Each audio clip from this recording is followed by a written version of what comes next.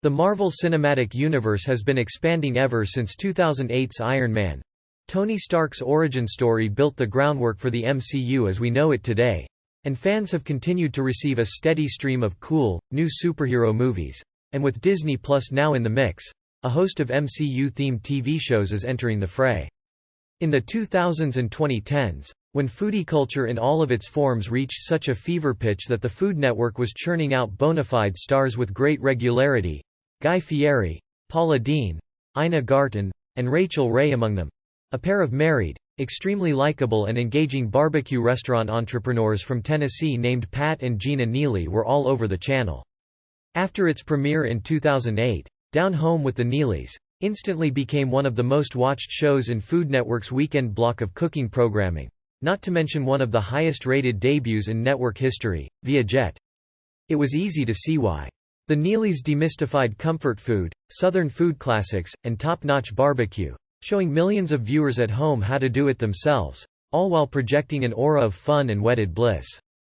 Down Home with the Neelys ended its long and dominant run on Food Network after 11 seasons, with both Pat and Gina Neely going on to make big changes in their lives both personally and professionally. Gina Neely especially is rewriting her life into something even more remarkable than what it was before. Apart from the sheer amount of story the MCU's first 3 phases include, the movies are also somewhat famous for the amazing amount of neat Easter eggs they contain. Since most every Marvel superhero has decades of comic book history behind them by the time they make it to the big screen, the filmmakers invariably have a treasure trove of comics history from which to draw, and to which they can make subtle reference. Filmmakers have been more than happy to drop stealthy nods to the respective source material, to the point that any serious attempt to keep track of every Easter egg in the MCU would require a massive spreadsheet and the kind of dedication that's basically a superpower in itself. Here's a look at the rise, talents, evolution, and untold truth of Gina Neely. Gina Neely didn't really want to be a TV food personality on television. The Neelys presented an image of equal partners in both life and food, with both Pat and Gina demonstrating a level of expertise with barbecue and all-American food on their Food Network series, Down Home with the Neelys. But before the series entered production, it was primarily Pat Neely who knew his way around a kitchen, as he was part of a multi-generational family of cooks and restaurant operators who ran several barbecue outlets in Tennessee, according to Food Network. He was in business for about 10 years before I came on board, Gina Neely told Working Mother. And while she helped Pat run things, she didn't necessarily look to bigger and bolder duties in the restaurant kitchen or beyond. After all, the list of WandaVision Easter eggs is already growing and the show just ended. As cool as all these neat surprises some MCU properties contain are, some movies are devilishly creative in hiding them, and as a result, a handful of super cool Marvel Easter eggs weren't discovered until years later.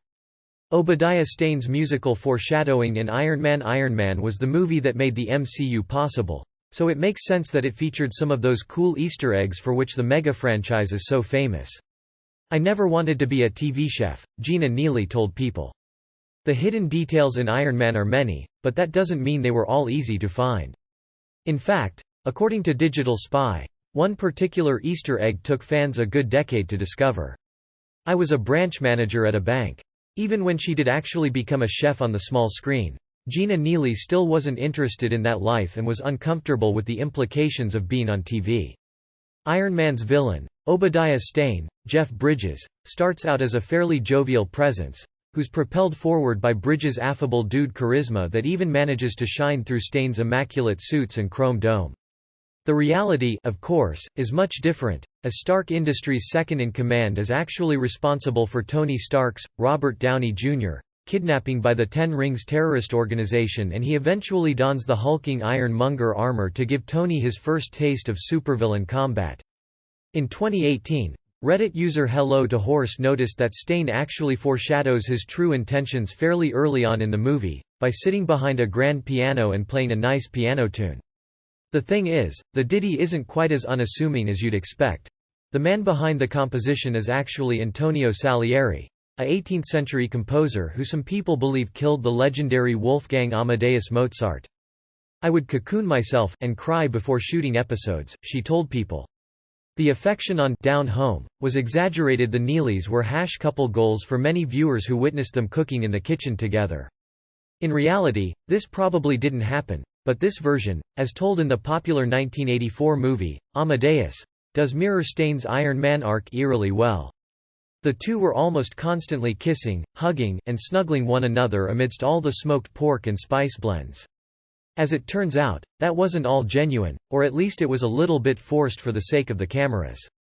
In 2014, according to TMZ, Gina Neely filed for divorce from Pat Neely, her husband of 19 years, following a 2-year separation. After all, both Stane and Salieri, F.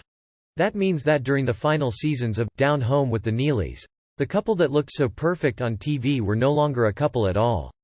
Sources close to the Neelys told TMZ that their marriage was headed for divorce by the time Down Home entered production, and that the rigors of the show and fame only made their relationship suffer more.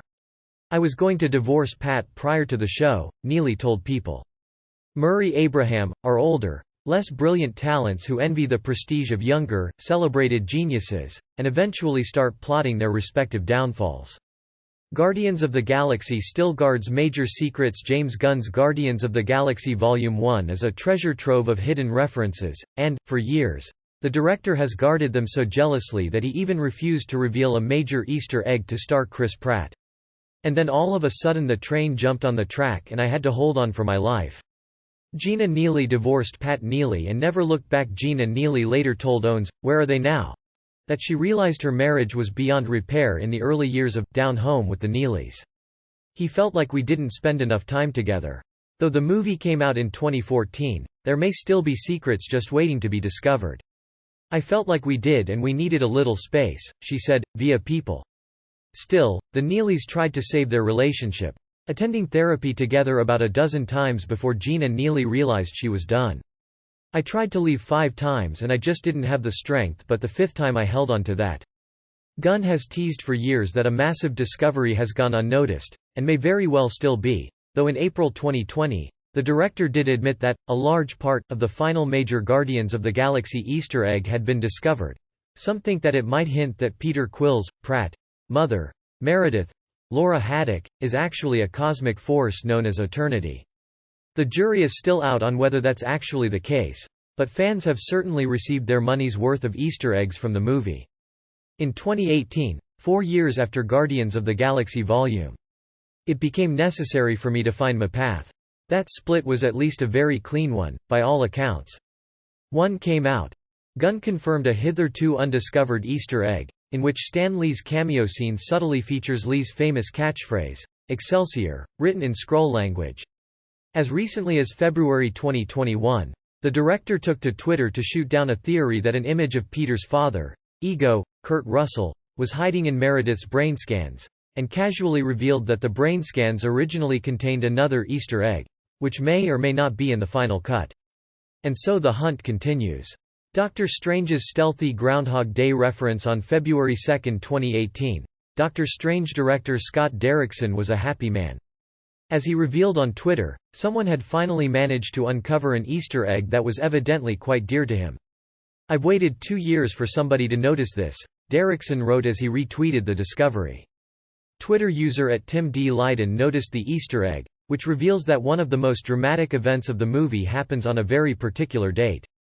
In 2018, 4 years after her split from her husband, Gina Neely told People that she hadn't spoken with Pat Neely since she left. Fun fact: the car crash in Doctor Strange is actually set on Groundhog Day, the user wrote, along with an image of Stephen Strange's, Benedict Cumberbatch, expensive watch that reveals the date of the accident as indeed February 2. "I don't wish him any harm, but he's never reached out to me. I guess he's well?" Co-parenting or child support battles never became an issue, as the couple's 2 daughters were well into adulthood by the time Pat and Gina Neely broke up. Gina Neely's barbecue restaurants closed down by the time they became big Food Network stars as experts on Southern-style comfort cooking and barbecue especially. Gina and Pat Neely had opened 2 restaurants in Memphis and a 3rd satellite location, a concession stand at the FedEx Forum Sports Arena. Groundhog Day is, of course, a very real day, but also a legendary 1993 time loop comedy starring the equally legendary Bill Murray. According to Grub Street, every one of those Neely's barbecue outlets shut down temporarily in the fall of 2012 for corporate restructuring and re-evaluation. The nod is more than just a cool, stealthy allusion to the comedy classic. It's also a subtle hint at the Good Doctor's future. After all, Doctor Strange eventually wins his seemingly hopeless face-off against the mighty Dormammu by trapping the powerful villain in a Groundhog Day-style time loop, dooming it to live their confrontation over and over again until it becomes frustrated and gives up. Thor's fake ID features a familiar image. Thor came out in 2011, an innocent time when the MCU could surprise fans with now common crossover twists like, "Hey, isn't that Agent Coulson, Clark Gregg, from Iron Man?" and, "Whoa, was that a Hawkeye, Jeremy Renner cameo?" That's not to say that the movie doesn't have its share of Easter eggs, though. But in July 2012, the Neelys announced that the closures were permanent. For instance, when Dr. Selvig, Stellan Skarsgård, makes Thor, Chris Hemsworth, a fake ID, he decides to call the God of Thunder Dr. Donald Blake, a character who's basically Thor's secret identity in the comics. However, comicbook.com notes that it took fans until 2019 to notice the other surprise in the ID card. Earlier in the movie, the characters have breakfast at a diner, and Darcy, Kat Dennings, decides to snap a picture of Thor with her mobile phone. When you compare the smile Thor gives her to the one in the ID, it turns out that this seeming throwaway sequence actually showed us the very moment they got the picture for the ID. A small surprise like this is hardly earth-shattering, but it does show an impressive attention to detail from both fans and filmmakers alike. Avengers. Endgame sneaks in a stealthy reference to Tony Stark's fate. 2019's Avengers. Endgame ended the Thanos, Josh Brolin, cycle of MCU with a bang, and the movie is full of pause-worthy moments. Apart from the amazing action and moving plot twists, the Russo brothers crammed the movie so full of references and cool little surprises that you probably missed a whole lot of Avengers Endgame Easter eggs while you were busy picking your jaw from the floor. We're gone so much and involved in so many projects that it's been really difficult to concentrate on the restaurants here like we need to, Neely told the Memphis Commercial Appeal, via Grubstreet. In a statement on social media at the time, the Neelys reminded fans and customers that they still operated Neely's barbecue parlor in New York, which had opened in 2011. Who can tell what secrets the movie is still hiding? In January 2021, fans managed to unearth another seemingly obvious yet evidently heretofore undiscovered Easter egg in the movie, via Inverse. It would continue to stay open in spite of the other closures, but not for very long. In October 2015, according to Eater New York, Neely's barbecue parlor shut down forever. Before the movie even came out, Twitter user @JanAlgemy tweeted, "Found a mistake in Avengers. Endgame trailer. Thanos broke right half of Tony's helmet in Infinity War, while trailer shows left half of helmet is broken." At the outset, it received poor reviews, with rumors of its closure surfacing a mere 2 months after it opened. What Gina Neely really thinks of Paula Deen, one of the biggest and most powerful stars on Food Network in the mid-2000s, was Southern food expert Paula Deen. How did it happen? Turns out, this may not have been a mistake at all. Her empire eventually expanded to include her sons, Bobby and Jamie Deen, and Food Network ordered 2 seasons of their food travelogue series, Road Tasted. In one Season 1 episode from 2006, the Deens stopped into Nashville and met Pat and Gina Neely, then best known as 2 married barbecue restaurant operators who were as physically affectionate as their food was tasty, which is to say, extremely. About 2 years later, the Neelys debuted their own Food Network series, Down Home with the Neelys.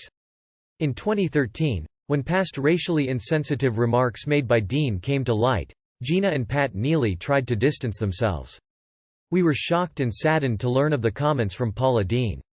Racism of any kind from anyone is simply unacceptable and cannot be tolerated," the Neelys said in a statement, via ET Online. Gina Neely later reflected on her relationship with Deen during a 2018 appearance on Bravo's Watch What Happens Live with Andy Cohen. "I didn't really take it to heart because I think people are just mimicking what they know and what they've seen," Neely said. Instead, fans have now noted that the damage to the helmet's right side is eerily similar to the facial injuries Tony Stark sustains after defeating Thanos' forces with a snap of his nanotech Infinity Gauntlet. However, I think that she needed some diversity training for when she wasn't in front of the camera. Gina Neely returned to TV and romance with the exception of a lost episode airing in January 2014. The last stretch of original, Down Home with the Neelys, installments finished airing on Food Network in the spring of 2012. Talk about sneaky foreshadowing. About 2 years later, Gina Neely announced her divorce from husband Pat Neely, also her cooking show co-star. After taking a few years off, Gina Neely was back, both romantically and professionally, and in a way that combined both pursuits. In 2018, Bravo debuted To Rome for Love, a documentary-style reality show in which relationship guru Diane Valentine took 5 single black women with spotty love histories to the historic and romantic city of Rome. Arguably the biggest name in the cast was one Gina Neely. "I want to find love again. Love being in love," Neely told People about why she did the show, having not exactly found a soulmate after casually dating in the years following her divorce. "I want to get married again. I love being married. I'm not against marriage and I'm not against love." And while she didn't ultimately find a lasting romantic spark with anyone on To Rome for Love, the show at least got Neely back on television. In 2019, she began appearing in healthy eating and cooking segments on The Dr. Oz Show, the popular syndicated daytime talk show, via IMDb. Gina Neely's weight loss journey is complicated. Being around delicious, sugary, fatty barbecue and other classic American foods all day is generally not the ideal path for keeping one's weight down or under control. In 2013, according to People, Gina Neely decided that she wasn't happy with her figure and decided to dive into a weight loss challenge sponsored and promoted by a company whose products she represented at the time. With the help of George Foreman grills, which purport to both cook foods with less fat and drain fat off of those items, Neely transformed dramatically, losing 25 pounds in only 12 weeks. And then she kept going. When Neely deemed her weight loss journey complete, she had lost 35 pounds and found herself wearing size 0 clothes. But then Neely thought she'd lost too much weight. Over the next half-decade, and as she entered her 5th decade, she purposely gained back some of the weight she had previously shed. "I was about to look like a bobblehead," Neely told People. "I think as we get older, we need a little weight on us to fill us out and make us look healthier."